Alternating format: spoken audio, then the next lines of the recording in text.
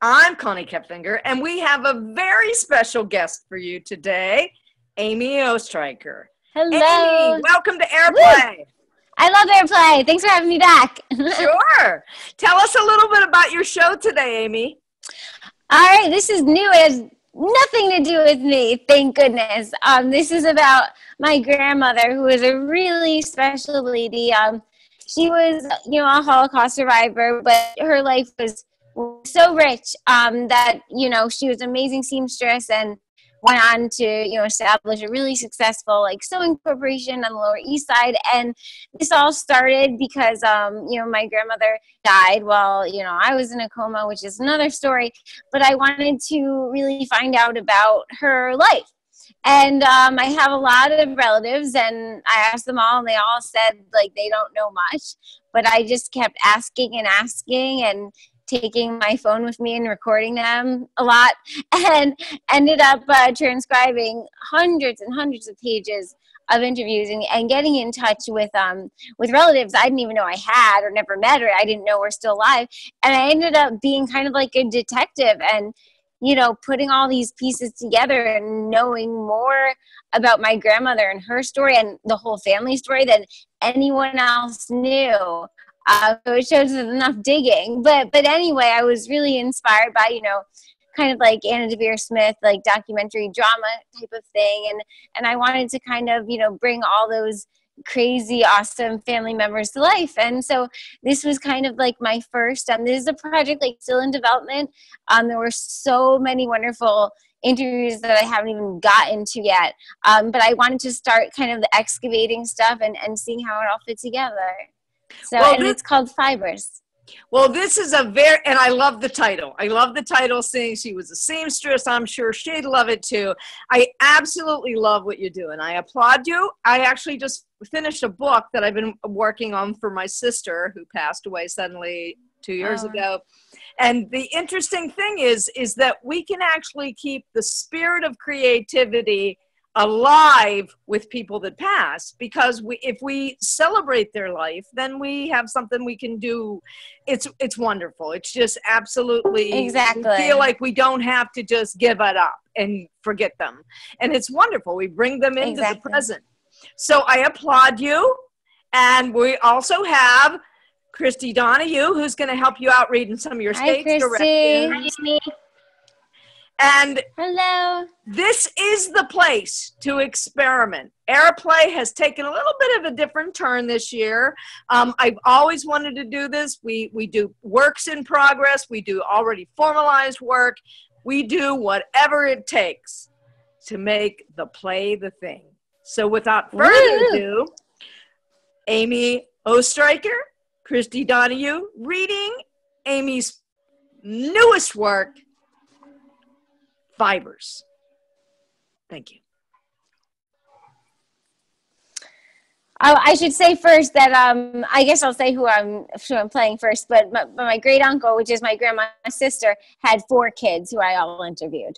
I guess I should start with that.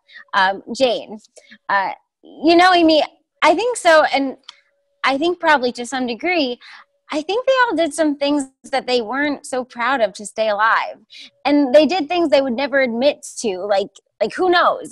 Who knows what they did sexually or things that they weren't necessarily, that they would ever in real life have dreamed of doing that they had to do in order to stay alive. But unstated rule when you're with Holocaust survivors that you don't go there. And nobody comes out and says it, but it's true for all of us who are first generation. You just grew up knowing you don't go there. My Uncle Morris. Amy, I'm ashamed to tell you that I have misplaced my first so-called chapter, and if you don't want me to repeat the same stories, please send me a copy and I'll print it. I will try to keep this part now.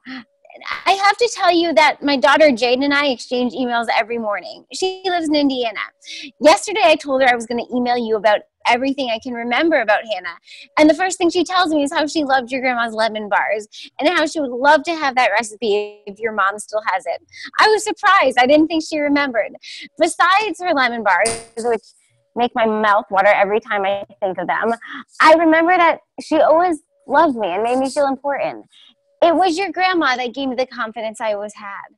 Her capacity for unconditional love was always present. And that's what I enjoy remembering about her. I'll continue tomorrow because my tears blind me. Benji, Morris's brother. I remember she brought the cakes, very good cakes to our home. She was a good-looking woman. I liked her.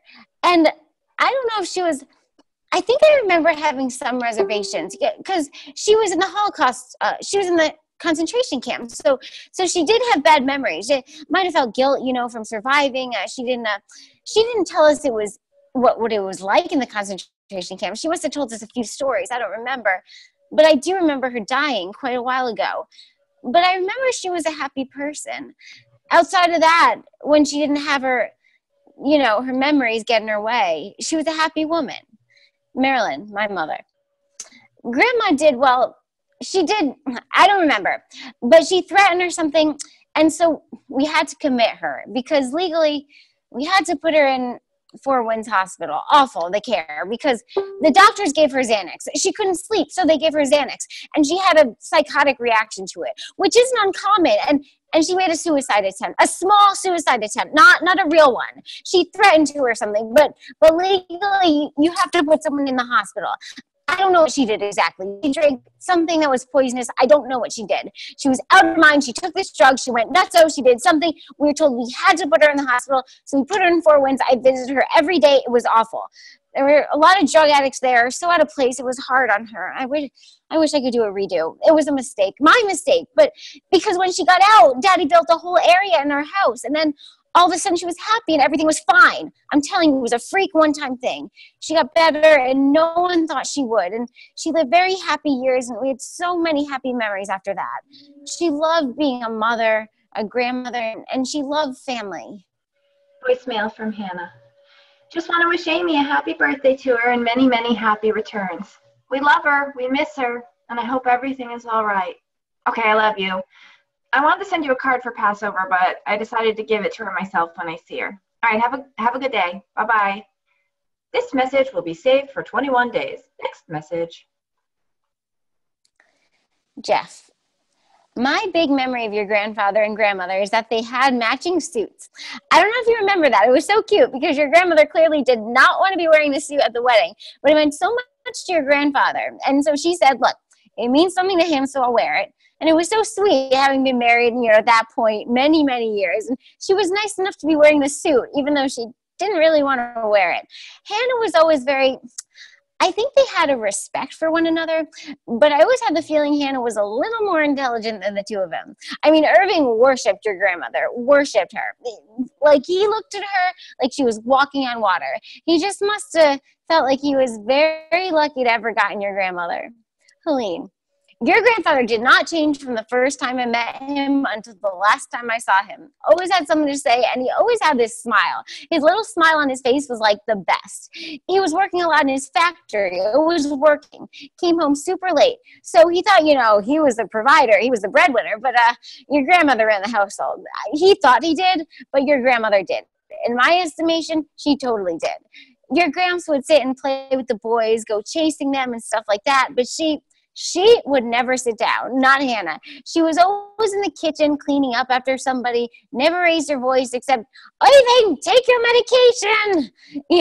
For so many years, I was so used to, if I went to your house, they would be there. I remember your parents built a whole mini complex in the basement for your grandparents because they were there so much. It was such a loving give and take. I think your grandparents just loved being with family. That was their secret. You were the baby and they loved spoiling you rotten. I mean, you were the girl, you were like the queen bee. And when Irving carried you, your feet wouldn't touch the ground. It was like a completed family. Like your grandparents belonged in your home. And you guys were the center. And you really were the center. Voicemail from Deborah. Hi, Marilyn. This is Deborah calling. I was going to call you guys for New Year's. I am so very sorry to hear your mother died. Oh my God, what a blow. I am so sorry. You're in my thoughts and in my heart. And I'm so sorry to hear that there's been, God, more pain for you guys.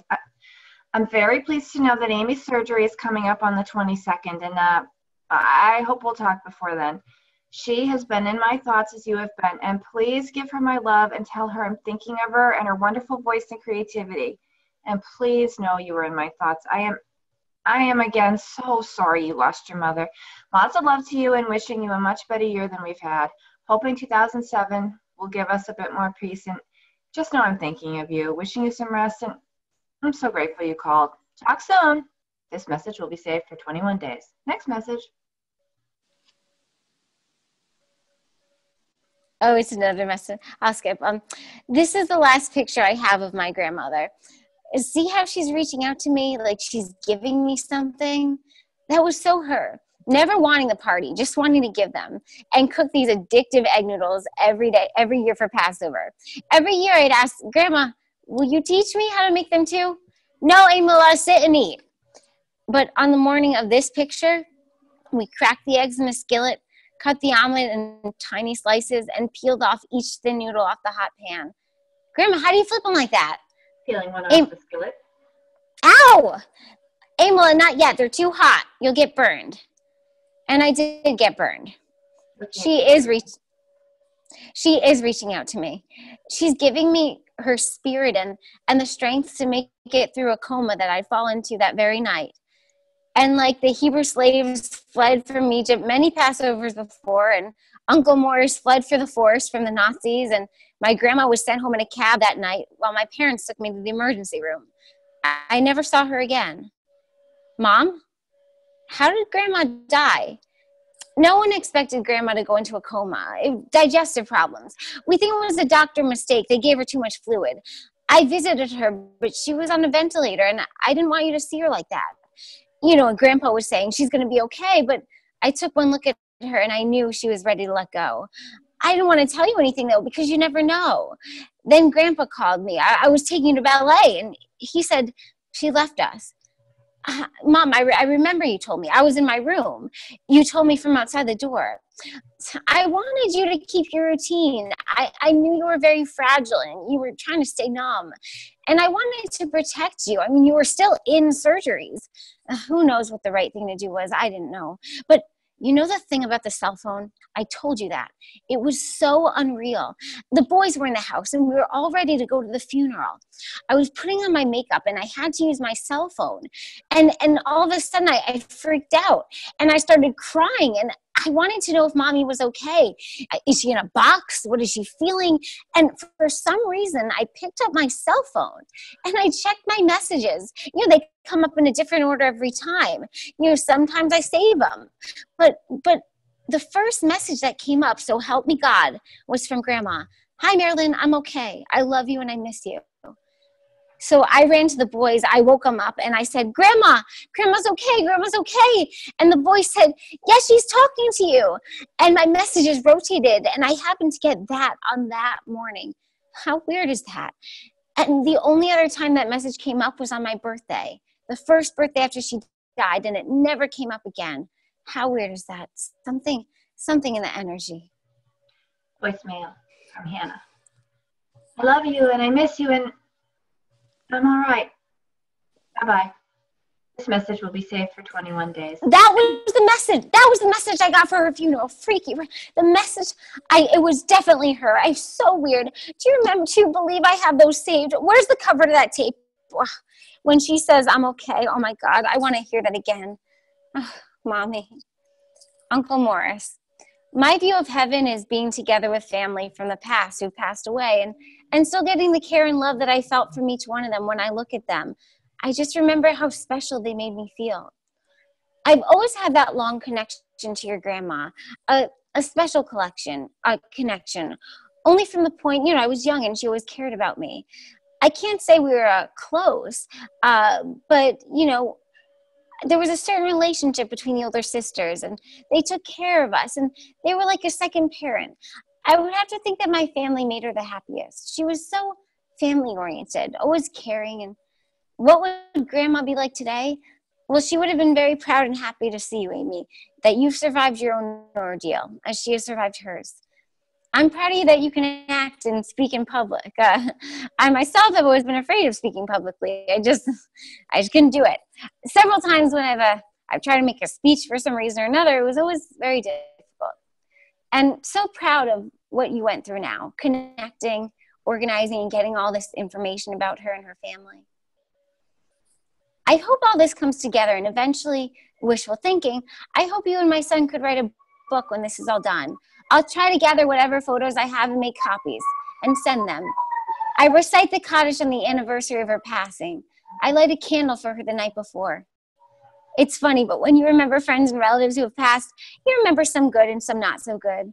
But with your grandma, I can't remember one thing I may have resented her for, and that's the truth.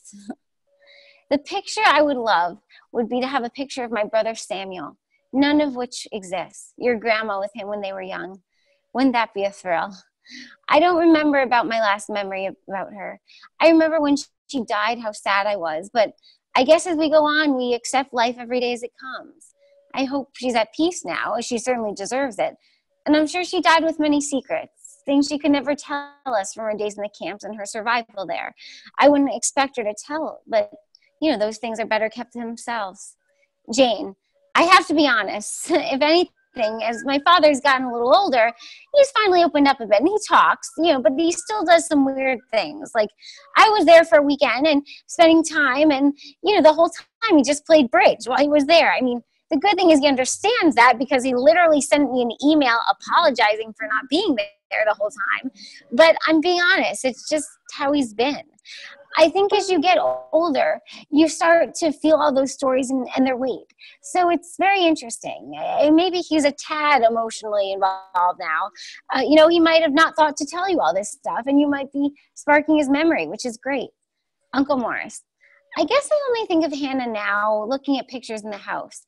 And it's the same as the rest of the family, but I guess that's why you have pictures, to remind yourself of the past. And I know we came to the United States together. My brother Rudy was born after the war, and he came on my father's farm. I don't know whether Hannah came with us at the same time. Perhaps she needed taken care of somewhere else because she was in the camp.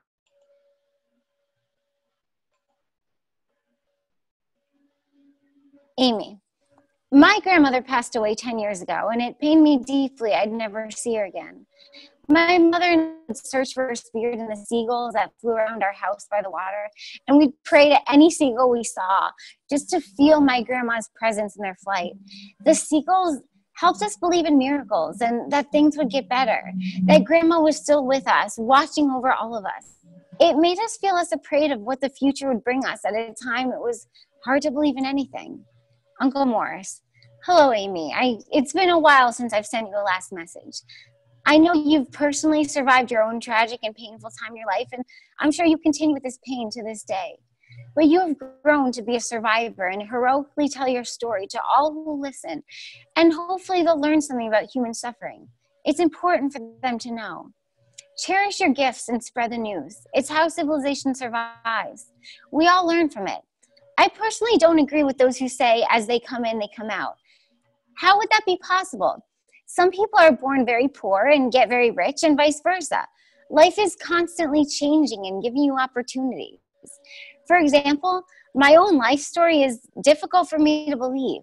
From a small town in Europe, we came to the greatest country in the world and have been blessed with many brothers and sisters and aunts and grandchildren and many others who are in all fields of human endeavors, touching so many lives as they go their way. What we learn most from your grandma is to carry on and do the right thing and to set a good example for others to follow. I think that's the best way to honor their legacy. Amy. Hi, Uncle Morris. Hope you're doing well. I just wanted to send you a note to let you know I'm thanking you. I still treasure the recordings, and if you ever want to answer any more questions, I would love to hear them. Uncle Morris. Dear Amy, I'm sorry for the delay again. I've been very busy with bridge. I have and want very little time for anything else. This leaves me in the mornings where I have my doctors, but when I'm home, I just want to watch TV and fall asleep in my chair. So I apologize for not giving you the time. I do promise that I will, and I do not wish to tell any more stories now. Love you. Amy. And sometimes you just have to know that every story reaches an end, even the unfinished ones, and then you have to love the story you have. Dear Uncle Morris, it's okay. I don't need more stories. Maybe I just want to know you better and what you're up to now. Do you want to tell me more about bridge? Uncle Morris.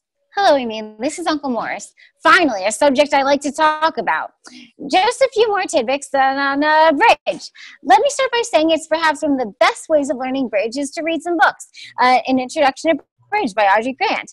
And I think you'll find it very exciting, as I have. As a matter of fact, it's become an obsession with me, and I need to slow it down. But it's been very difficult because I do love it so. It's very difficult to go into, but it takes many years to get good at it. In order to reach a life master, you need points from national competitions. All very exciting and interesting. But I would like you to start reading some books and let me know how interesting you find it. Jane. Hi, Amy. Just helping my dad out and let him know you did receive this voice recording. You do realize that now my dad loves talking to you about his favorite subject. Now that's a real bridge. You've gotten him talking again. Anyway, you inspired me to do more research, and I found your grandma's first husband. Joseph Seidenfeld, that was the name. Wait, who's that? Your grandma's first husband, Joseph Seidenfeld. And I wasn't sure if it was with a Z or an S, but my neighbor came back with a whole set of records from the museum. And then we were able to pick the ones written in Czechoslovakian. And all I remember is how much she loved her first husband, and that I can only imagine what she went through, losing him, the war, the passion. It's horrible to be in love and to go through all that. Thank God she went on to remarry and have children, and she loved that, but it's a major, I'm sure. So, and I'll do more research. Amy, a word becomes a world. Joseph Seidenfeld, lemon bars, liberation, bridge. Maybe the game wasn't about finding all the answers. Maybe the game was bridge. Maybe it was just a game of knowledge, of skill, competition, dedication, and risk, of sacrifice, of passion. Maybe the game was just learning the rules from the people who lived it. All right, that's the excerpt. Sorry, it's a bit long, but thanks for listening.